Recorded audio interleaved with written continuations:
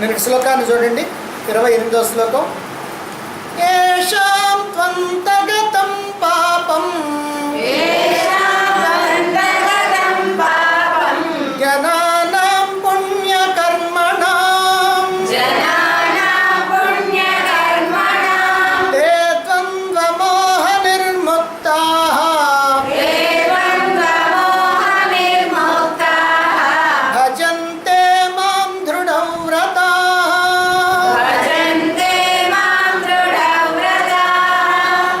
భగవంతుని ఆశ్రయిస్తేనే మనకి శాశ్వతమైనటువంటి ఆనందం లభిస్తుంది. ఈ ప్రపంచాన్ని లేదా విషయాల్ని, భోగాల్ని, ఇక్కడ ఉన్నటువంటి వాటిని కనుక ఆశ్రయిస్తే మనకి తాత్కాలికంగా సుఖం కలుగుతుందే కానీ శాశ్వతమైనటువంటి ఆనందం మాత్రం రాదు.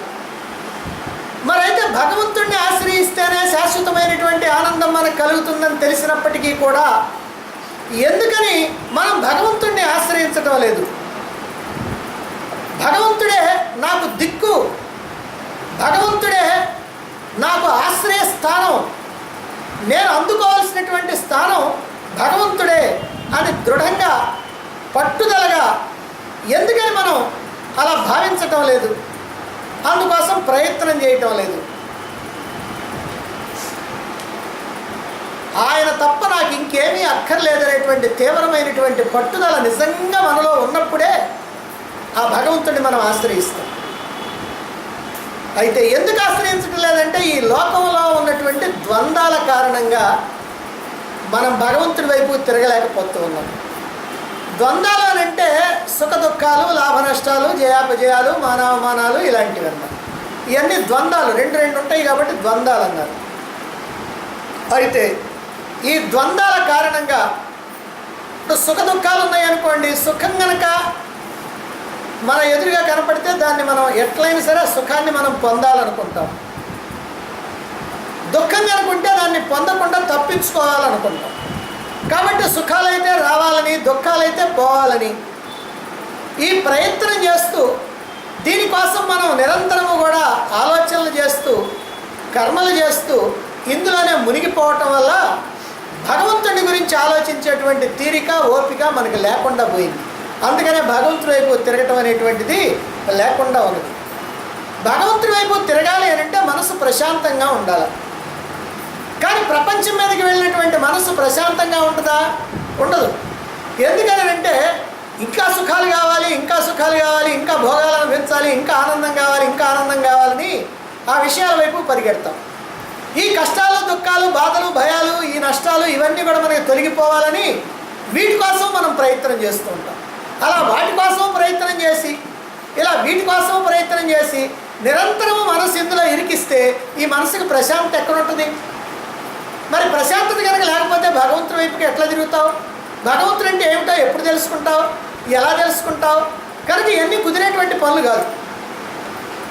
కాబట్టి ఈ ద్వంద్వాలు అనేటువంటివి ఎప్పుడైతే మన నుంచి విడిపోతాయో, ఈ ద్వంద్వాల యొక్క బంధాల నుంచి ఎప్పుడైతే మనం విముక్తం చెందుతామో అప్పుడు మాత్రమే మనం పరమాత్మ వైపు తిరగటానికి వీలవుతుందన్నమాట.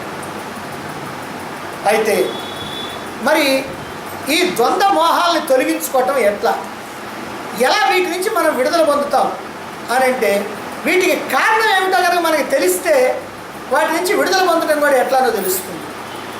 మరైతే ఈ ద్వంద్వాలకు కారణం ఏమిటి? మనలో ఉన్నటువంటి ఇచ్ఛాద్వేషాలే. ఇచ్ఛాద్వేషం అని అంటే ఒకటి కావాలనుకోవటం, ఒకటి వద్దనుకోవటం. ఆ ఇచ్ఛాద్వేషాలు అనేటువంటి వాసనలు అన్నమాట. మనలో ఉన్నాయి ఆ వాసనలు, వాటినే పాపాలు అని అంటారు. అంటే మన వాసనలే మన పాపాలు. కాబట్టి కొన్ని కావాలనుకోవటం, కొన్ని వద్దనుకోవటం. కావాలనుకున్నటువంటివి ఎప్పుడైతే అనిపించిందో వాటి కోసం పరుగులు తీస్తాం.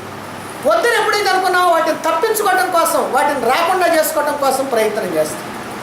ఇలా ఎప్పుడైతే ఈ ఇచ్ఛాద్వేషాలు అనేటువంటి వాసనలు మనలో ఉన్నాయో వాటికి అనుగుణంగా వాటి యొక్క ప్రేరణతో మనం లోకంలో పనులు చేస్తూ ఉంటాం. అందులో మన యొక్క మనసు లగ్నమైపోతుంది, మనసు అంతా అశాంతిగా ఉంటుంది. అందువల్ల మనం చేయవలసింది ఏమిటంటే మన లోపల ఉన్నటువంటి ఇచ్ఛాద్వేషాలు అనేటువంటి వాసనల్ని పోగొట్టుకోవాలి. అసలు ఎప్పుడు వచ్చినాయండి ఇవి? మనకి పుట్టుకతోటే వచ్చినాయి. ఎలా వచ్చినాయండి? పూర్వంలో మనం చేసినటువంటి సంకల్పాల కారణంగా ఆలోచనల కారణంగా, అనుభవాల కారణంగా అదిగో అందుకోసం మనకు వచ్చినాయి. కాబట్టి ఈ ప్రేరణలు, ఈ వాసనలు మళ్ళీ మళ్ళీ మళ్ళీ మళ్ళీ మనని కార్యరంగంలోకి దుమికిస్తూ ఉంటాయి, మన మనస్సుని ఆందోళన పరుస్తూ ఉంటాయి. ఇలా కర్మబంధాల్లో మనం ఇరుక్కుపోతూ ఉన్నాం, అశాంతితో జీవిస్తూ ఉన్నాం. కాబట్టి ఈ వాసనలన్నీ కూడా మనకి తొలగిపోవాలి, ఈ ఇచ్ఛాద్వేషాలు అనేటువంటి వాసనలు తొలగిపోవాలి. అందుకనే వీటిని ఇక్కడ పాపాలు అని కూడా చెప్పడం జరిగింది. పాపాలు అని ఎందుకన్నారంటే మనల్ని భగవంతుడి వైపు పోనీయకుండా అడ్డం తగులుతున్నాయి కాబట్టి పాపాలు. అంటే ఇవి మనల్ని మంచి వైపుకు పోనీయకుండా అడ్డం తగులుతున్నాయి, అందుకని వీటిని పాపాలు అన్నారు. మరి ఈ పాపాలు కనుక పోవాలంటే పుణ్యకర్మలు చేయాలి. పుణ్యకర్మణం అని చెప్పుకున్నాం. అనేక రకాలైనటువంటి పుణ్యకర్మలు ఉన్నాయి. అదిగో ఆ పుణ్యకర్మల్ని కనుక మనం చేస్తూ ఉన్నట్లయితే పూజా పురస్కారాలు కానివ్వండి, యజ్ఞయాగాలు కానివ్వండి, శ్రవణ మననాలు కానివ్వండి, తపస్సు, ధ్యానం, జపం, విచారణ, ఇలాంటివన్నీ కూడా పుణ్యకర్మలు. కాబట్టి ఈ పుణ్యకర్మలు కనుక మనం చేస్తూ ఉంటే, పట్టుదలతో చేస్తూ ఉంటే, భగవంతుడి మీద భక్తి భావనతో మనం కనుక చేస్తూ ఉన్నట్లయితే ఇవన్నీ కూడా మనకి ఏం చేస్తాయంటే మనలో ఉన్నటువంటి ఇచ్ఛాద్వేషాలు అనేటువంటి ఆ వాసనల్ని కడిగి పారేస్తాయి. అంటే ఇవన్నీ సద్వాసనలు, పుణ్యవాసనలు. ఈ పుణ్యవాసనలు మనలోకి వచ్చి పాపవాసనలు బయటికి నెట్టేస్తాయి. ఇలా ఎప్పుడైతే పాపవాసనలు కాస్త బయటికి పోయినాయో మనసు ప్రశాంతమవుతుంది. ఈ మనసు ఎప్పుడైతే ప్రశాంతమైందో భగవంతుణ్ణి దృఢవ్రతంతో భజిస్తూ ఉంటాం. భజతాం దృఢవ్రతాం, దృఢమైనటువంటి పట్టుదలతో ఏవైనా సరే నేను భగవంతుణ్ణి భజించాలి, భగవంతుడి వైపు తిరగాలి, భగవంతుణ్ణి ఆశ్రయించాలి, భగవంతుడు అంటే ఎవరో తెలుసుకోవాలి, అందుకోసం నేను ఏ త్యాగమైనా చేస్తా అనేటువంటి ఒక దృఢమైనటువంటి పట్టుదల మనలో కలుగుతుంది. సరే, ఇంతవరకు మనం ఈ పాపవాసనలన్నీ పోవాలి, పాపవాసనలు పోతేనే పరమాత్మ వైపు తిరుగుతాం అనే విషయం తెలిసింది. మరైతే ఈ పాపవాసనలు పోగొట్టుకోవడానికి పుణ్యకర్మలు చేయటం వల్ల మనకు కలిగేటువంటి ఫలితం, ప్రయోజనం ఏమిటి? ఆ ప్రయోజనం ఏమిటో తర్వాత శ్లోకంలో 29వ శ్లోకంలో చెప్తున్నారు. అదేమిటో చూడండి.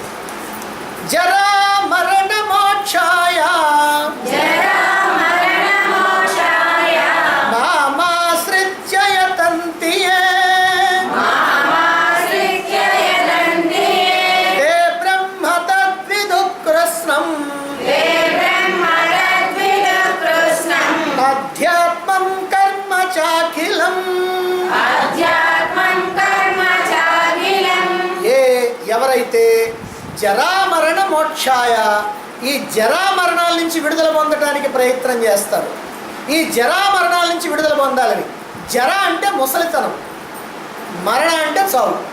ఈ ముసలితనం నుంచి, చావు నుంచి ఎవరైతే విడుదల పొందాలని ప్రయత్నం చేస్తుంటారో, ఎవరైతే దానికోసం మాం ఆశ్రిత్య యతంతి, మాం నన్ను ఆశ్రయించి యతంతి ప్రయత్నం చేస్తారో, సాధన చేస్తారు. కాబట్టి జరామరణాల నుంచి విడుదల పొందటం కోసమని లోకంలో ప్రతి మానవుడు కూడా వీటికి భయపడుతూ ఉంటాడు. ఈ జరామరణాలకి ఎవరు వస్తుందంటే ఎవడన్నా భయపడతాడా? బాల్యం అంటే ఎవడన్నా భయపడతాడా? ముసలితనం అంటే మాత్రం భయపడతాడు. మరణం అంటే ఇంకా భయం. కాబట్టి అందుకనే ఈ రెండింటిని చెప్పారు. అయితే ఈ రెండు కూడా, ఈ జరామరణాలు రెండు కూడా మానవుణ్ణి పీల్చి పిప్పి చేస్తూ ఉండేటువంటి చాలా బాధాకరమైనటువంటి. ఆ బాధ ఎంతదోనంటే అదిగో ఆ జర, ఆ ముసలితనం వస్తేనే వాడికి అర్థమవుద్ది. యవనంలో ఉన్నవాడికి అర్థం కాదు. ఆ ముసలితనం యొక్క బాధ ఏమిటో యవనంలో ఉన్నవాడికి అర్థం కాదు, ఆ ముసలితనంలో ఉన్నటువంటి వాడికి. అలాగే మరణ భయం అందరికీ ఉంటుంది. ఎందుకంటే ఎప్పుడన్నా చావును చూస్తూ ఉంటాం కాబట్టి ఆ మరణ భయం మాత్రం అందరికీ ఉంటుంది. ఈ జరామరణాల నుంచి ఎవరైతే తప్పించుకోవాలని పరమాత్మని ఆశ్రయించి ప్రయత్నం చేస్తూ ఉంటారో, సాధన చేస్తూ ఉంటారో, అటువంటి వాళ్ళు కృష్ణం అధ్యాత్మం, యావత్తు అధ్యాత్మాన్ని, అఖిలం కర్మ, సమస్తమైనటువంటి కర్మని, తత్ బ్రహ్మ, ఆ బ్రహ్మని విదుహు తెలుసుకుంటారు అన్నారు. ఇదేమిటండి, మనకి తెలియని మాటలన్నీ పెట్టి తెలుసుకుంటారన్నారు. అని అనిపిస్తుంది ఇక్కడ. ఏమిటి ఈ మాటలు కొత్త అంటే, పాత ఏందనంటే మనకు తెలిసినటువంటి జరామరణాల నుంచి విడుదల పొందడానికి ఎవరైతే ప్రయత్నం చేస్తుంటారో వాళ్ళకి కలిగేటువంటి ఫలితం ఏమిటంటే అంతవరకు మనకు బాగానే అర్థమైంది. ఇప్పుడు తర్వాత మాత్రం మనకు అర్థం కాదు. కారణం ఏమిటంటే దానివల్ల మనకు వచ్చే ప్రయోజనం చెబుతున్నారు. అధ్యాత్మం, కర్మ, బ్రహ్మ. యావత్తు అధ్యాత్మం, యావత్తు కర్మ, అదిగో సర్వవ్యాపక బ్రహ్మ. ఇదిగో వీటిని తెలుసుకుంటాడు అని ఇక్కడ చెప్తున్నారు. అదేమిటో మనం తర్వాత తెలుసుకుందాం. అయితే ఈ మాటలు ఎందుకు ప్రయోగించారు అనేటువంటి విషయం మనం గమనించాలి. ఇక్కడ ఈ పదాలు ఎందుకు ప్రయోగించారంటే తర్వాత అధ్యాయంలోకి దూకబోతున్నాడు పరమాత్మ. ఇదేగా తర్వాత శ్లోకం కూడా అంతే. దాంట్లో కూడా మళ్ళీ 3 పదాలు, కొత్త పదాలు చెప్పారు.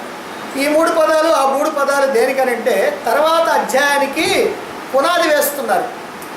మనకి భగవద్గీతలో విచిత్రం ఏమిటంటే ప్రతి అధ్యాయం కూడా ముగింపు ఎట్లుంటుందంటే తర్వాత అధ్యాయంలో ప్రవేశించడానికి అనుకూలంగా ఉంటుంది. ఇక్కడంతా చెప్పరు. ఈ మొత్తం చెప్పాలంటే తర్వాత అధ్యాయం తెలుసుకోవాలి. అంటే ఈ ప్రకారంగా తర్వాత అధ్యాయంలోకి అలా గెంతడానికి వీలుగా కొన్ని పదాలను ఇక్కడ వాడతారు. అదిగో ఆ పదాలే ఇక్కడ వాడినటువంటి ఈ 3 పదాలు కూడా అధ్యాత్మం, కర్మ, బ్రహ్మ అనేటువంటి. అంటే ఈ అధ్యాత్మం, కర్మ, బ్రహ్మ ఈ మొత్తాన్ని కూడా నువ్వు తెలుసుకుంటావు అని ఇక్కడ చెప్పడం. పుణ్యకర్మల ద్వారా పాపవాసనలు తొలగించుకుంటే తప్ప భగవంతుడిని దృఢవ్రతులై సేవించరు. భగవంతుడిని గట్టి విశ్వాసంతో ఇక ఏమైనా సరే నేను ఇంకా రెండవ ఆలోచన లేకుండా భగవంతుడినే పట్టుకోవాలి, భగవంతుడినే ఆశ్రయించాలి, ఆ భగవంతుడితో ఐక్యం కావాలి, నా జీవితాన్ని నేను తరింపజేసుకోవాలి, ఇది తప్ప నాకు మరొక అల్పమైనటువంటి ఏది నాకు అక్కర్లా. ఈ ప్రపంచంలో ఉన్నటువంటివన్నీ కూడా అల్పమైనటువంటివి, తాత్కాలికమైనటువంటివి, అశాశ్వతమైనటువంటివి. కాబట్టి నాకు ఇవి అక్కర్లేదు. నాకు కావాల్సింది ఏమిటంటే పరమాత్మతో ఐక్యత మాత్రమే కావాలి అనేటువంటి ఆ దృఢమైనటువంటి విశ్వాసం, ఆ దృఢమైనటువంటి పట్టుదల ఎప్పుడు కలుగుద్ది అని అంటే మనలో ఉన్నటువంటి పాపవాసనలు తొలగినప్పుడు కలుగుద్ది. మనలో ఉన్నటువంటి పాపవాసనలు ఎప్పుడు కలుగుతాయి అంటే పుణ్యవాసనలు కనుక వస్తే చేస్తాయి. పుణ్యవాసనలు వస్తే ఆ పాపవాసనలు దొరుకుతాయి. మరి పుణ్యవాసనలు ఎప్పుడు వస్తాయండి? మనం పుణ్యకర్మలు చేసినప్పుడు పుణ్యవాసనలు వస్తాయి. కాబట్టి మనం పుణ్యకర్మలు చేస్తూ మనలో ఉన్నటువంటి పాపవాసనలు తొలగించుకోవాలి. ఈ పాపవాసనలు ఎప్పుడైతే తొలగించుకున్నామో అప్పుడు భగవంతుడి వైపు మనం తిరుగుతాం, భగవంతుడి యొక్క శక్తి సామర్థ్యాలను తెలుసుకుంటాం, భగవంతుడిని ఆశ్రయించాల్సినటువంటి అవసరం తెలుసుకుంటాం, భగవంతుడిని ఆశ్రయిస్తాం. ఎట్లా అంటే దృఢవ్రతాః, బాగా గట్టి విశ్వాసంతో, గట్టి నమ్మకంతో, బాగా త్యాగబుద్ధితోటి అదిగో అట్లా పరమాత్మని ఆశ్రయిస్తాం. అప్పుడే మనస్సు కూడా శుద్ధమైపోతుంది. మనస్సును శుద్ధం చేసుకొని, మనస్సును నిర్మలం చేసుకొని, ఆ నిర్మలమైనటువంటి మనస్సుతో భగవంతుణ్ణి నిలుపుకొని ధ్యాన సాధన సాగించాలి. భగవంతుడు అంటే ఎవరో తెలుసుకోవాలి. ఆ భగవంతుడిని నిరంతరము కూడా ధ్యానించాలి, నిరంతరము కూడా జ్ఞాపకం చేసుకుంటూ ఉండాలి, గుర్తుపెట్టుకుంటూ ఉండాలి. ప్రపంచాన్ని మర్చిపోయేంతగా పరమాత్మని గుర్తుపెట్టుకోవాలి.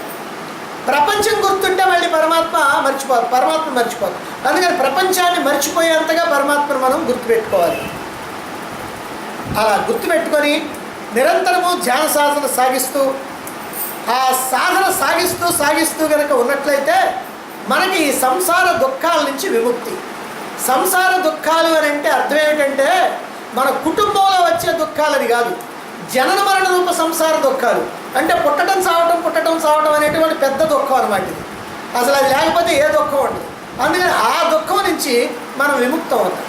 ఏదో పుట్టాం కాబట్టి ఇదిగో ఈ సంసారం, కుటుంబం, వ్యవహారం అంతా ఏర్పడ్డది, దాంతో దుఃఖాలు వచ్చాయి. అసలు అదే కనుక లేకపోతే, పుట్టుకే కనుక లేకపోతే ఏ దుఃఖము లేదు, ముసల్తనం లేదు, మరణం లేదు, ఏ దుఃఖం లేదు. అందుకని ఈ జనన మరణ దుఃఖం, ఈ జన్మ మరణ సంసార దుఃఖం ఏదైతే ఉందో అది కనుక తొలగాలి అని అంటే మనం తప్పనిసరిగా పరమాత్మని ఆశ్రయించి ధ్యాన సాధన సాగించాల్సిందే. అయితే ఈ ధ్యాన సాధన ఎలా ఉండాలి? సాధారణంగా పూర్వకాలంలో కనుకైతే ఎవరో కొద్దిమంది ధ్యానం చేస్తూ ఉండేవాళ్ళు, 100కి 1 అరో చేస్తూ ఉండేవాళ్ళు. ఇప్పుడు ఈ కాలంలో చాలామంది చేస్తున్నారు.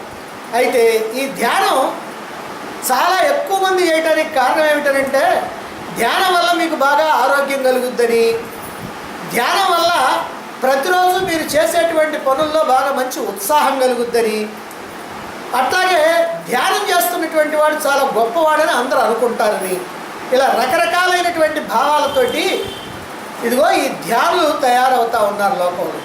మంచిదే అది కూడా, కానీ ఈ ధ్యానం మాత్రం నిన్ను తరింపజేసేటువంటి ధ్యానం కాదు.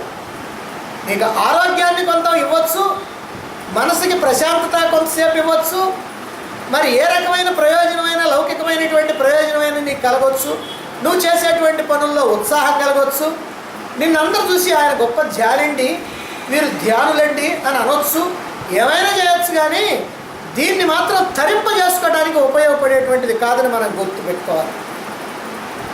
మరైతే తరింపజేసేది ఏమిటంటే జనన మరణ రూప సంసార చక్రం నుంచి తరింపజేస్తే, ఈ చావు పుట్టుకల నుంచి కనుక విముక్తి కనుక కలిగిస్తే అదిగో అది నిజమైనటువంటి ధ్యానం. అదిగో అటువంటి ధ్యానాన్నే సాగించాలి. అయితే ఈ జనన మరణాల నుంచి ఎందుకు తప్పించుకోవాలండి? ఎందుకనంటే ఇక్కడ చెప్పారు జర మరణ, ఈ రెండు బాధలు తప్పాలి.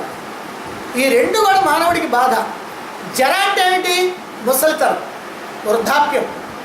ఈ వృద్ధాప్యాన్ని గురించి భజగోవిందంలో శంకరాచార్యుల వారు ఎంత చక్కగా బోధించారో చెప్పడానికి వీళ్ళు. అంగం గళితం ఫలితం ముండం దశన విహీనం జాతుం తుండం. అదిగో ఆ వృద్ధాప్యం అంతా ఎట్లా ఉంటుందనంటే మొహం అంతా ముడతలు పడిపోతుంది, కళ్ళేమో లోపలికి పోతూ ఉంటాయి, చేతికేమో కర్ర వచ్చుద్ది, నడుమేమో వంగిపోతూ ఉంటుంది అని ఇట్లా అనేకమైనటువంటి వర్ణనలు మనకి భజగోవిందంలో చాలా అద్భుతంగా శంకరాచార్యుల వారు వర్ణించడం జరిగింది. ఈ ముసలితనాన్ని అక్కడ ఎందుకు వర్ణించారంటే, అయ్యా చిన్నప్పటి నుంచి ఏవో కోరికలతో జీవితం అంతా ఎలుగుచ్చావు, ఇప్పుడు చచ్చేటప్పుడు కూడా ఆ కోరికలు వదిలిపెట్టకపోతే ఎట్టున్నాయా అని అక్కడ తిట్టడం కోసం చెప్పారు. మరి ఇక్కడ ఈ జర అనేటువంటిది, వృద్ధాప్యం అనేటువంటిది ఎంత భయంకరమైనటువంటిదో మనకి తెలియజెప్తూ ఉన్నారు. ఎందుకనంటే ఈ ముసలితనం అనేటువంటిది ఒక భయంకరమైనటువంటి అనుభవం. ఇది ఒక రాక్షసి. ఈ ముసలితనం ఒక రాక్షసి అన్నమాట, జర.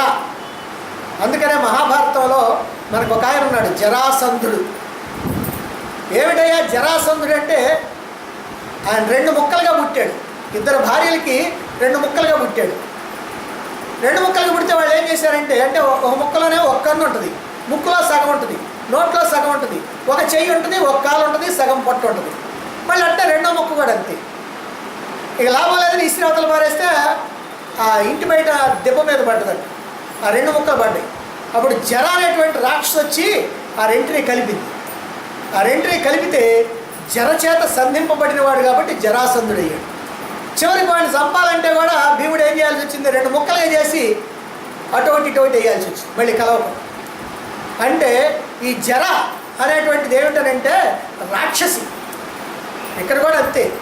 ఏం చేసింది జర? అదిగో సంధించింది. సంధించేటప్పటికి వాడు తయారయ్యాడు. ఇక కష్టాలు బాధలు అన్నీ వచ్చేస్తాం. అందుకని ఈ జర అనేటువంటిది ఏమిటనంటే ఈ ముసలితనం అనేటువంటిది ఓ రాక్షసు లాంటిది. మనసుకైతే ముసలితనం ఉండదు, కానీ శరీరానికే ముసలితనం.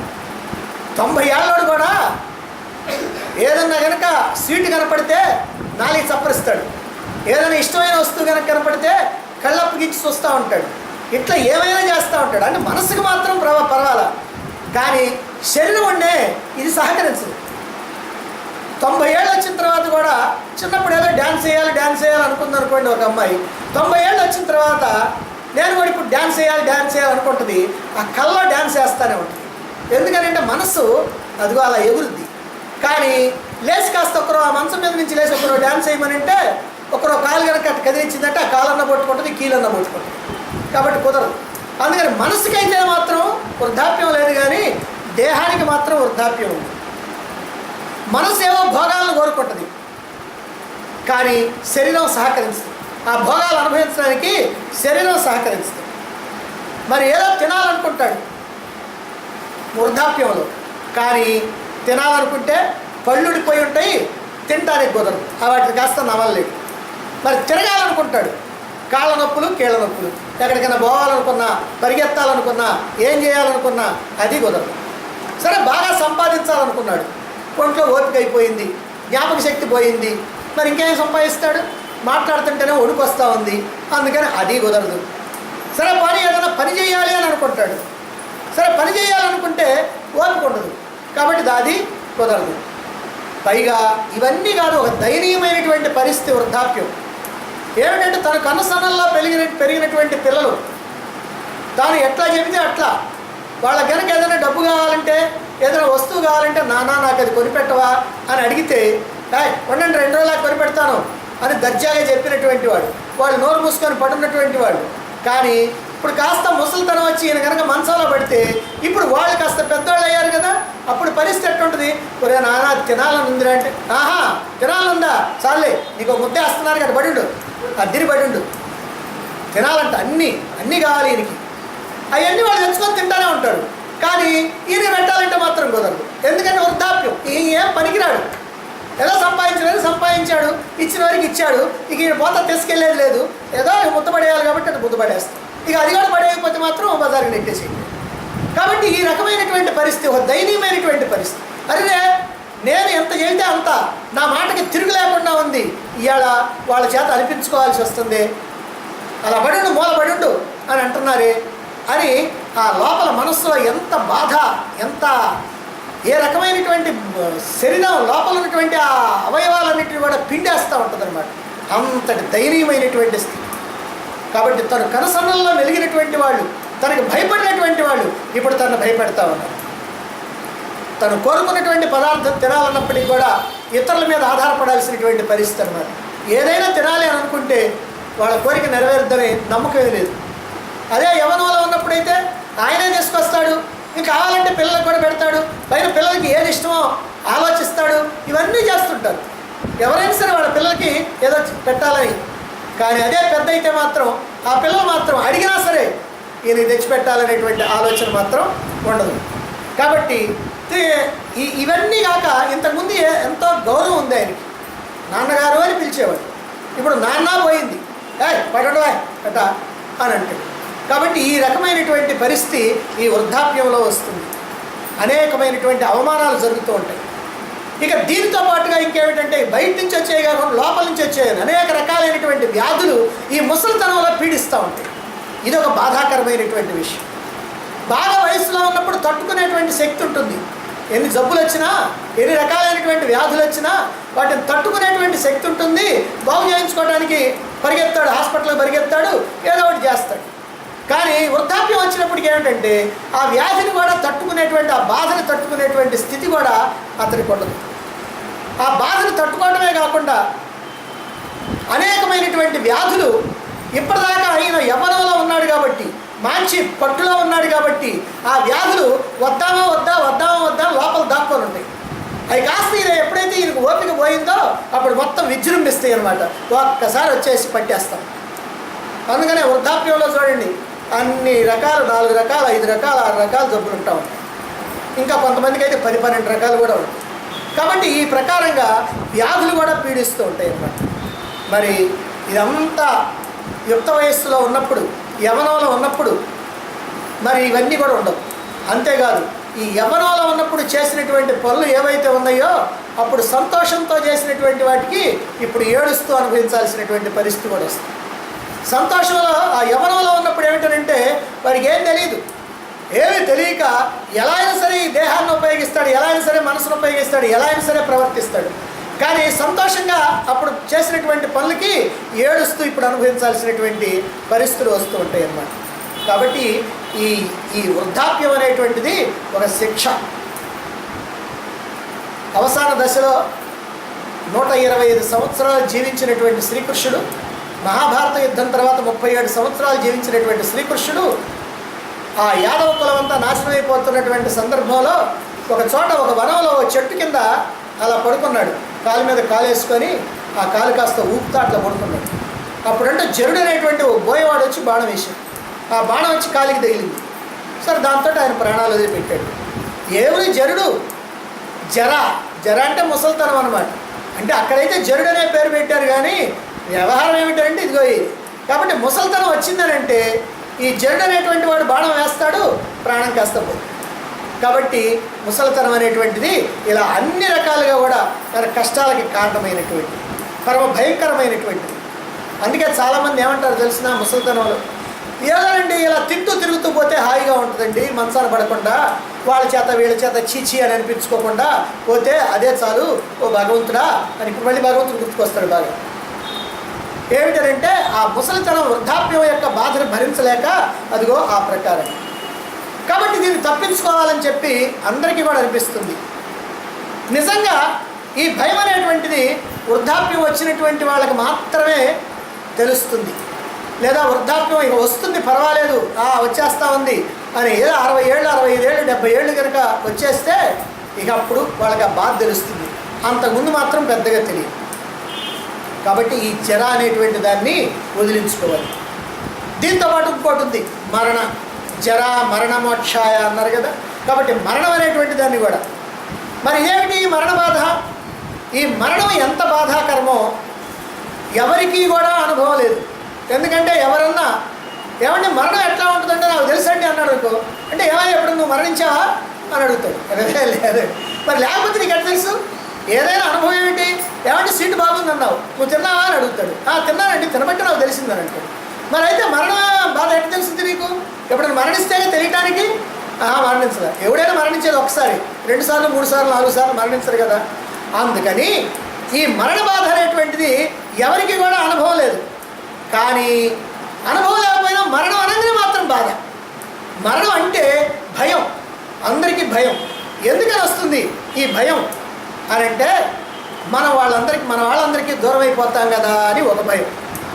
ఎందుకు మరణం అని కనుక వస్తే ఇప్పటిదాకా నా వాళ్ళు అనుకున్నటువంటి వాళ్ళు ఎవరైతే ఉన్నారో, నా భార్య బిడ్డలు, మరి కొడుకులు కూతుళ్ళు అల్లుళ్ళు మనవాళ్ళు మనవరాళ్ళు, వీళ్ళందరికీ దూరం అయిపోతానే అనేటువంటి బాధ. మనం కష్టపడి కట్టించుకున్నటువంటి ఇళ్ళు వాకిళ్ళు ఏవైతే ఉన్నాయో, అయ్యో వీటన్నింటినీ కూడా వదిలిపెట్టి పోవాల్సి వస్తుంది కదా అని ఒక బాధ. మనం సంపాదించుకున్నటువంటి ధనం కానీ సంపదలు కానీ వీటన్నింటినీ కూడా అయ్యో మనం అనుభవించకుండానే వీటన్నింటినీ వదిలిపెట్టిపోతున్నాం కదా అని ఒక బాధ. ఇంకోటి ఏంటంటే నేను ఇంత సంపాదించాను కష్టపడి, ఈ సంపాదించి బాగా జాగ్రత్తగా ఖర్చు పెట్టకుండా దాచిపెట్టి, బాగా ఏదైనా మంచి పనులకు కూడా నేను ఖర్చు పెట్టకుండా, నేను తినకుండా ఎవరిని తినేయకుండా మూట కట్టి ముడి వేసి జాగ్రత్త చేస్తే ఇదిగో మన పిల్లలు ఏం చేస్తారో ఈ మొత్తం ఒక్కసారి ఖర్చు పెట్టేస్తారేమో, వాళ్ళకేమో ఏం తెలియదు కదా, సంపాదించడం ఎంత కష్టమో తెలియదు కదా అని ఒక బాధ. ఇవి కాక మళ్ళీ నేను మరణించిన తర్వాత ఏ నరకానికి పోతానో ఆ నరకంలో ఎన్ని రకాలైనటువంటి కష్టాలు పెడతారో అక్కడ యమధర్మరాజు, అయ్యో ఈ బాధ అంతా కూడా నేను అనుభవించాలి కదా అని మరొక బాధ. నేను అంతా జాగ్రత్త చేశాను, అన్నీ సంపాదించాను, ఇన్కమ్ ట్యాక్స్ వాళ్ళకి దొరకలేదు, నేను పోయిన తర్వాత వాళ్ళందరూ పడి వీళ్ళని పీక్కు తింటారేమో నా పిల్లల్ని అని ఇంకో రకమైనటువంటి బాధ. మరి నేను పోయిన తర్వాత సరే ఇప్పుడు ఏదో తిండి కూడా నాకు సరిగ్గా పెట్టలేదు వీడు, ఇక నాకు శ్రాద్ధం పెట్టడా అని ఇదొక రకమైనటువంటి అనుమానం. ఇవన్నీ కాక సరిపోయేటప్పుడు ఏముంటుందని అంటే ఈ పంచభూతాలు, అంటే ఈ దేహం అంతా పంచభూతాలతో తయారైంది. పంచభూతాలతో తయారైన దేహం, ఈ పంచభూతాలు విడిపోతే ఆ దేహం కాస్త నాశనం అయిపోతుంది. ఈ పంచభూతాలు విడిపోయేటప్పుడు ఏమవుతుందంటే ఒకదాన్ని ఒకటి విడిపోయేటప్పుడు బంకబెట్టి అంటించినటువంటి దాన్ని లాగితే ఎంత బాగా కష్టంగా ఉంటుందో అట్లా ఈ పంచభూతాలు విడిపోయేటప్పుడు కూడా శారీరకంగా అంత బాధ ఉంటుందట. ఆ బాధని ఏం చెబుతారంటే మనకి పురాణాల్లో 1,00,000 తేళ్ళు కనుక ఒక్కసారి కుడితే ఎలా ఉంటుందో అదిగో అలా ఉంటుందన్నమాట. కాబట్టి ఒక్కసారి 1,00,000 తేళ్ళు కనుక కుడితే శరీరానికి ఎంత బాధ కలుగుద్దో అదిగో అంత బాధ కలుగుతుంది అని. కాబట్టి ఇవన్నీ కనుక తెలిస్తే, ఇవన్నీ తెలిసేదేముంది, మనకి తెలియకుండానే తెలుస్తూ ఉంటాయి. తెలిసి మనం ఏం చేస్తామంటే అమ్మో మరణం అంటే అమ్మో అని బాధపడుతున్నాం. అయితే మరణమేనా? మరణం కాదు, జననం కూడా బాధే, పుట్టేటప్పుడు కూడా బాధే. ఎందుకంటే తల్లి గర్భంలో 9 నెలలు ఉండాలి. వాడికి 5వ నెల దగ్గర నుంచి తెలుస్తూ ఉంటుంది. అలా తెలుస్తూ ఉంటే ఆ తల్లి గర్భం ఎంత ఉంటుంది, ఇదిగో ఇంతే ఉండేది. ఆ అంతుంటే అంతలోనే వాడు సర్దుకోవాలి. మరి వాడు కనుక పెరుగుతూ ఉంటే అప్పుడు అది కూడా సైజు పెరుగుతూ ఉంటుంది. అంతేగాని అంత ఇరుకుగా ఉంటుంది. కానీ ఏదో విశాలంగా మనం గదిలో తిరిగినట్టు తిరగడానికి వీలుండదు. పైన కటిక చీకటిగా ఉంటుంది. మరి అక్కడేమో అనేకమైనటువంటి సూక్ష్మజీవులు ఉంటాయి. మరి మలమూత్రాల వాసనలు ఉంటాయి. కాబట్టి ఇవన్నీ కూడా భరిస్తూ ఉంటారు వాడు. ఇవన్నీ భరిస్తూనే వాడు గర్భనరకం అనుభవిస్తాడు. అందుకని దాన్ని గర్భనరకం అని అన్నారు. మరి ఇటువంటి నరకాన్ని కూడా అనుభవించి చివరికి ఆ ప్రసూతి వాయువులు బయటికి నెట్టినప్పుడు వస్తాడు బయటికి. మరి అప్పుడు దాకా అంతా కష్టమే కదా. కాకపోతే ఈ కష్టం అంతా మనం అనుభవించాం, మర్చిపోయాం, ఎవరికి గుర్తులేదు. మనకు గుర్తులేదు కాబట్టి గుర్తు చేయడం కోసమే మనకు ఉపనిషత్తులు ఉన్నాయి. అందుకని గర్భోపనిషత్తులో ఈ గర్భంలో ఉన్నటువంటి శిశువు ఏ రకమైనటువంటి బాధలు పడతాడో, పూర్వజన్మ స్మృతులు వచ్చిన తర్వాత ఎన్ని రకాలైనటువంటి కష్టాలు అనుభవిస్తాడో, ఎంత జ్ఞాపకం వచ్చిన తర్వాత ఆ బాధ ఎంత దయనీయంగా ఉంటుందో అదన్నీ కూడా మనకి గర్భోపనిషత్తులో చెప్పడం జరిగింది. అందువల్ల ఇక్కడ జరామరణాలు అని చెప్పినప్పటికి కూడా ఈ జన్మ దుఃఖము, జరా దుఃఖము, వ్యాధి దుఃఖము, మరణ దుఃఖము అన్ని దుఃఖాలు కూడా దీంట్లో కలిసే ఉన్నాయని మనం గుర్తుపెట్టుకోవాలి.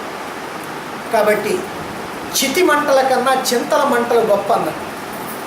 చితి మంటల కన్నా చింతల మంటలు, చింతలు అంటే లోపల అన్ని ఆలోచనలు అన్నమాట.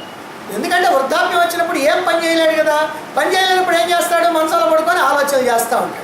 ఆ ఆలోచనలో ఎక్కడికో పోతాడు. 50 ఏళ్ళ కిందకో, 60 ఏళ్ళ కిందకో, 70 ఏళ్ళ కిందకో పోయి అక్కడి నుంచి వస్తాడన్నమాట. ఏమిటి నేను చేసినటువంటి గొప్పతనాలు ఏమిటి, నేను ఎవరికి ఏం మేలు చేశాను, ఎవరెవరు నాకు అన్యాయం చేశారు, ఈ పిల్లలు నేను ఎట్లా పెంచాను, వీళ్ళ కోసం నేను ఏం త్యాగం చేశాను, ఇప్పుడు వీళ్ళు నన్ను ఎట్లా చూస్తున్నారు, ఇవన్నీ చింతలు. ఈ చింతలు ఎంత మంట పెడతాయంటే చితి మంట కదా ఎక్కువ. చితి మీద చేర్చేది కొట్టి దేహాన్ని, చచ్చిపోయినటువంటి కట్టెని చేరుస్తారు. దానికి ఏం తెలియదు బాధ ఏమిటో. బతుకున్నాడు కనుక మా నిప్పుల మీద వేస్తే తెలుస్తుంది, కానీ చచ్చినాడు నిప్పుల మీద వేస్తే వాడికి ఏం బాధ తెలియదు. కానీ బ్రతుకున్నప్పుడు ఈ చింతలు ఉండే ఇవి వాడు ఎంత బాధపడతాయో చెప్పడానికి వీళ్ళు. అందుకనే వీటన్నిటి నుంచి విడుదల పొందాలి. జరా మరణ మోక్షాయ, ఈ రెండింటి నుంచి కూడా విడుదల పొందాలని మాం ఆశ్రిత్య యతంతి, ఎవరైతే ఈ జరామరణాల నుంచి విడుదల పొందాలని చెప్పి నన్ను ఆశ్రయించి ప్రయత్నం చేస్తారో, సాధన చేస్తారో అన్నారు. అంటే ఈ జరామరణాల నుంచి మనం విడుదల పొందాలి అని అంటే మనం తీవ్రమైనటువంటి ప్రయత్నం చేయాలి. ఏ ప్రయత్నం చేయకుండా ఈ జరామరణాల నుంచి బయటపడటం కుదరదు. ఒకవేళ మీరు అనుకోవచ్చు, ఏమంటే 40 ఏళ్ళప్పుడో, 50 ఏళ్ళప్పుడో, 30 ఏళ్ళప్పుడో కనుక చచ్చిపోతే జరా లేదు కదా, మరణం ఒక్కటే కదా ఉంది, అప్పుడు వాడు చస్తాడు అనుకోలేదు, కట్టి కింద చచ్చిపోయాడు, కాబట్టి మరణ భయం లేదు, జరా భయం లేదు, 2 భయాలు లేకుండా పోయినాయి కదా అనుకుంటాం. సరే, అప్పుడు పోయినాయి అనుకో, మళ్ళీ పుట్టడు, మళ్ళీ పుడితే మళ్ళీ అట్లే పోతాడని గ్యారెంటీ ఏమైనా ఉందా? మళ్ళీ 90 ఏళ్ళు, 80 ఏళ్ళు, 85 ఏళ్ళు బతకడు. కాబట్టి ఈ తప్పించుకోవటం అంటే ఎప్పుడో ఒకసారి తప్పించుకోవటం కాదు, పూర్తిగా ఎప్పటికీ నాకు జరామరణాలు లేకుండా పోవాలి. పూర్తిగా ఎప్పుడు జరామరణాలు లేకుండా పోవాలంటే అసలు జన్మే లేకుండా పోవాలి. జన్మ ఉంటే అవి ఉంటాయి, జన్మ లేకపోతే అవి ఉండవు. అందుకని ఈ జన్మ మరణం, జనన మరణం, ఈ జనన మరణ చక్రం నుంచి విడుదల పొందాలి అనేటువంటిదే మానవుడి యొక్క కోరికగా ఉండాలి. ఇదే అభిలాష, దీనికే ప్రయత్నం. అదే చెప్తున్నాడు భగవంతుడు ఇక్కడ. వీటి నుంచి కనుక విముక్తి పొందాలంటే భగవంతుడు ఒక ఉపాయం చెప్పాడు, మాం ఆశ్రిత్య యతంతి అని. కాబట్టి పరమాత్మని ఆశ్రయించాలి. పరమాత్మని ఆశ్రయిస్తే తప్ప వీటి నుంచి విముక్తి పొందడం అనేటువంటిది మనకు సాధ్యం కాదు. అయితే పరమాత్మను ఆశ్రయించి ఊరుకుంటే సరిపోద్ది అంటే కాదు, ఆశ్రయించడమే కాదు, యతంతి ప్రయత్నం కూడా చేయాలి, సాధన కూడా చేయాలి. కాబట్టి ఈ రెండు కూడా ఉండాలి అన్నమాట. అయితే ఏమిటండి చివరికి జరామరణాలు నుంచి తప్పించుకోవాలంటే పరమాత్మని ఆశ్రయించడం ఏ ప్రకారంగా ఆశ్రయించాలి అని అంటే, మనకి ఈ చింతలన్నీ కూడా ఎవరికి ఉంటాయి? బుద్ధికి ఉంటాయి. బాధలన్నీ మనసుకు వస్తాయి. మరి దుఃఖాలన్నీ మనసుకు వస్తాయి. మరి ముసలితనం శరీరానికి వస్తాయి. ముసలితనమేమో శరీరానికి, బాధలు కానీ దుఃఖాలు కానీ మనస్సుకి, చింతలు ఆలోచనలన్నీ కూడా బుద్ధికి, వీటన్నిటికీ ఉంటాయి. అందువల్ల ధ్యానంలో ఈ శరీరము, మనస్సు, బుద్ధి, ఈ మూడింటికి కాదు బాధ. కాబట్టి ఈ మూడింటిని వదిలితే చాలు. ఈ మూడింటిని ఎట్లా నుండి వదలటం? శరీరం, మనస్సు, బుద్ధి. శరీరం వదలటం అంటే మరణమే కదా?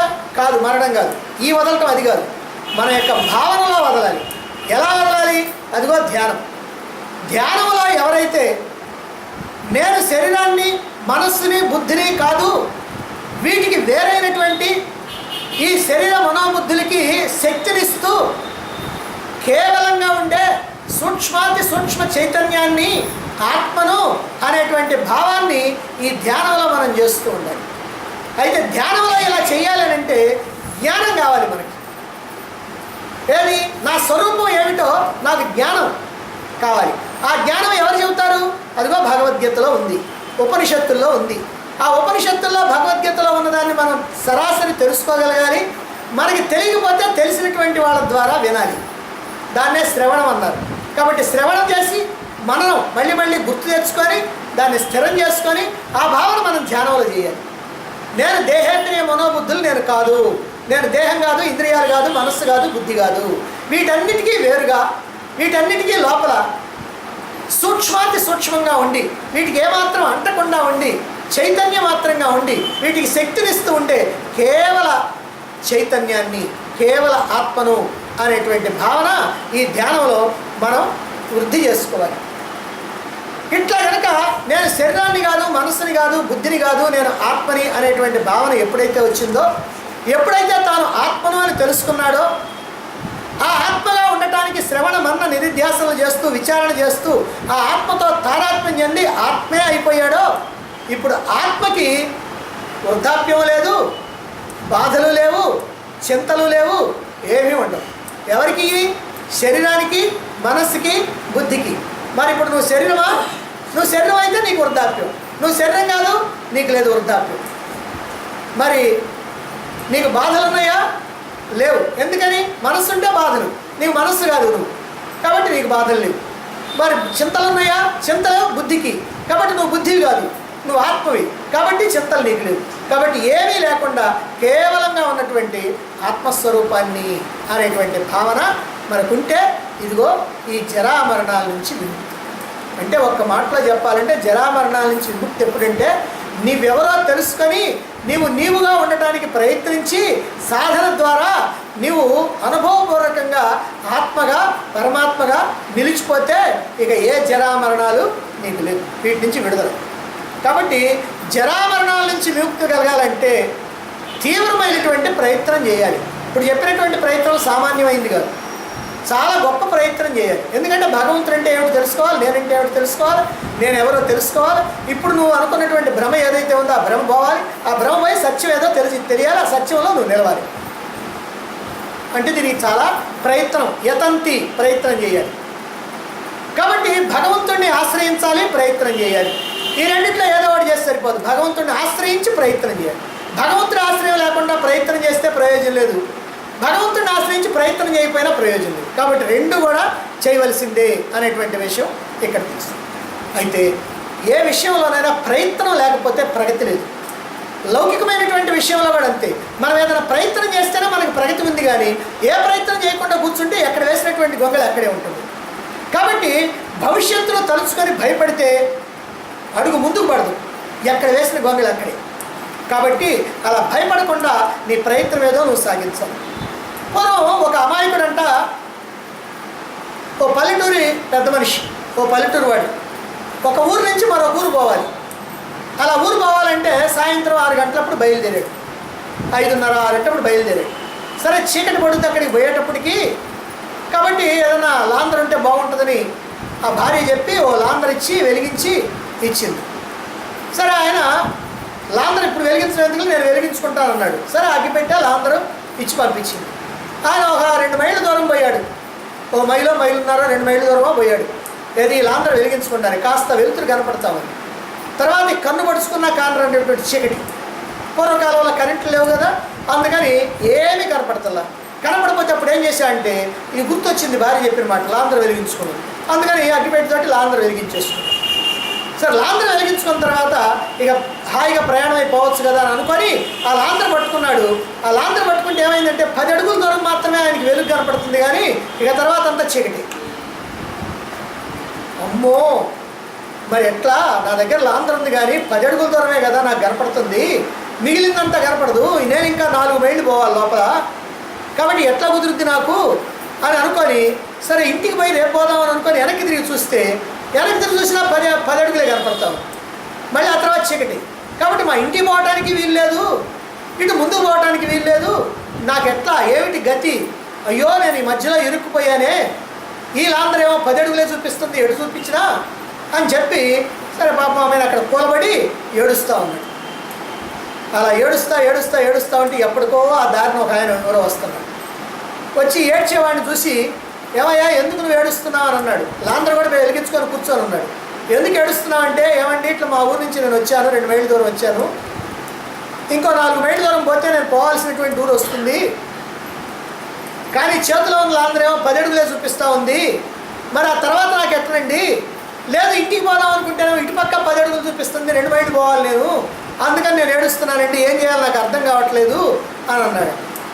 అంటే వారు పిచ్చోడా, నీకు ఆ లాంధ్ర 10 అడుగులే చూపిస్తుంటుంది ఎప్పుడు, నువ్వు ఇప్పుడు 10 అడుగులు పోయావనుకో మళ్ళీ 10 అడుగులు చూపిస్తుంది, మళ్ళీ 10 అడుగులు పోతే మళ్ళీ 10 అడుగులు చూపిస్తుంది, ఆ రకంగా నువ్వు ఎన్ని మైళ్ళైనా పోవచ్చు, నీకేం దిగులు లేదు, అలా వెళ్ళు అని అన్నాడు. ఓహో అట్లాగనా అని చెప్పి అదిగో వాడు అట్లానే వెళ్ళిపోయాడు. వాడి వెర్రికి నవ్వుకుంటూ ఈ బాటసారి కూడా వెళ్ళిపోయాడు. అదేవిధంగా భక్తి కానీ జ్ఞానం కానీ, భగవంతుడి పైన భక్తి కానీ జ్ఞానం కానీ, ఇవి ఏవైనా సరే, లేదా ఆత్మ విచారణ అంటే నేను ఆత్మని అనేటువంటి విచారణ కానీ, ఇవి ఏవైనా సరే, ఏ కొంచెమైనా సరే మనం కనుక ప్రయత్నం చేస్తే మనకి కలిగేటువంటి ఆ జ్ఞానం, ఆ వెలుగు ఏదైతే ఉందో ఆ వెలుగు ఆధారంతో ఎంత దూరమైనా ముందుకు పోవచ్చు. కానీ ఏ ప్రయత్నం చేయకుండా ఓహో ప్రయత్నం చేయాలా సరేలేండి అని అలా అనుకొని తెలుసుకొని మెదలకుండా కూడా కూర్చుంటే నువ్వు ఎక్కడ ఉన్నావో అక్కడే ఉంటావు, ఒక్కడుగు కూడా ముందుకు పోయేటువంటి పని లేదు. అందువల్ల ఏంటంటే సాధనని ప్రతిరోజు కూడా విడవకుండా చేయాలి. నువ్వు ఏదైతే తెలుసుకున్నావో సాధన, ఏ సాధన అయితే చేయాలనుకున్నావో, ఏ సాధన నిన్ను జరామరణాల నుంచి విడుదల పొందిస్తాయని అనుకున్నావో ఆ సాధనని నువ్వు ఒక్కరోజు కూడా వదలకుండా నిరంతరంగా అలా చేస్తూ ఉండాలి. అలా చేస్తూ ఉంటే అలా 10 అడుగులు ముందుకు ఎట్లయితే ఆ లాంధ్ర యొక్క వెలుగులో పోతున్నాడో ఆ ప్రకారంగా నువ్వు ముందుకు పోవటం అనేటువంటిది వీలు. అలా కాకుండా నిరాశ నిస్పృహలతో అమ్మో ఇంత దూరం ఉంది కదా, ఓ భగవంతుడు ఎక్కడా, నేనెక్కడా, నేనేమో భగవంతుడిని చేరుకుంటాను, చిచి ఇదంతా నా వల్ల అయ్యే పని కాదు అని చెప్పి నువ్వు కనుక అలా ఉన్నావు అనుకో నీ పని అక్కడే ఉంటుంది. కాబట్టి భగవత్ సాక్షాత్కారానికి నీ ప్రయత్నం అవసరం. అందుకని యతంతి మామాశ్రిత్య యతంతి, పరమాత్మని ఆశ్రయించి ప్రయత్నం చేయాలి. భగవత్ సాక్షాత్కారం అనేటువంటిది ఏ ఒక్కరి సొత్తు కాదు, అది మన యొక్క జన్మ హక్కు. ఆధ్యాత్మిక రంగంలో నేనేమీ తెలియని వాడినండి, అనుభవం లేనటువంటి వాడినండి, నా దొట్టి మొద్దు బుర్రండి, నాకేం తెలియదు అని కనుక నువ్వు కూర్చుంటే ఎక్కడ వేసినటువంటి గొంగళి అక్కడే ఉంటుంది. నువ్వు ప్రయత్నం చేయాలి, సాధన చేయాలి, నిరంతరం చేయాలి. ఇలా నిరంతరం కనుక సాధన చేస్తూ ఉంటే ఈ సంసార సాగరాన్ని దాటుతావు. అంతే తప్ప అమ్మో ఇంత సాగరం ఉందే, ఈ సాగరాన్ని నేను ఎప్పుడు దాటుతాను అని కనుక కూర్చుంటే నువ్వు అడుగు కూడా ముందుకు వేయలేవు. ఏమాత్రం కూడా నీకు ఎంత దూరం అయితే సాగరం ఉందో అంత దూరంలోనే ఉంటావు. చీమ కూడా మెదలకుండా కూర్చుంటే ఎక్కడికి వెళ్ళలేదు. చీమ ఎంత చాలా స్లోగా వెళుతుందో మనకు తెలుసు, కానీ కొన్ని మైళ్ళ దూరం అది వెళుతుంది. ఎందుకని అంటే ప్రయత్నం. కాబట్టి చీమకు కూడా తెలివి ఉంది, అది ప్రయత్నం అన్నమాట. గరుత్మంతుడైనా సరే నేనేం పోతాను లేనంటే కూర్చున్నాడు అనుకో, ఆయనంతే చీమ పోయిన దూరం కూడా ఆయన పోలేదు. అందుకని ప్రతి వాళ్ళు కూడా తమ యుక్తిని, భక్తిని, విరక్తిని ఉపయోగించుకొని ఎంతైనా సరే నేను సాధించాలి అనేటువంటి ప్రయత్నంతో ముందుకు పోవాలి. ఎంత దూరం నేను వెళ్ళానని కాదు, నేను ఖచ్చితంగా వెళ్ళటం మాత్రం వెళ్ళాలి అనే ప్రయత్నంగా చేసినట్లయితే అతను ఖచ్చితంగా భగవంతుడిని చేరుకోవడం జరుగుతుంది. ఇలా ఎవరైతే భగవంతుడిని ఆశ్రయించి తీవ్రమైనటువంటి సాధన చేస్తూ ఉంటారో వాళ్ళకి కలిగేటువంటి ఫలితం ఏమిటో మనకి 2వ పాదంలో చెప్పారు. ఏమిటో 2వ పాదంలో చెప్పింది, యావత్తు అధ్యాత్మాన్ని, సమస్తమైనటువంటి కర్మని, బ్రహ్మని, ఈ మూడింటిని తెలుసుకుంటారు అని. అధ్యాత్మం అని అంటే ఏమిటి?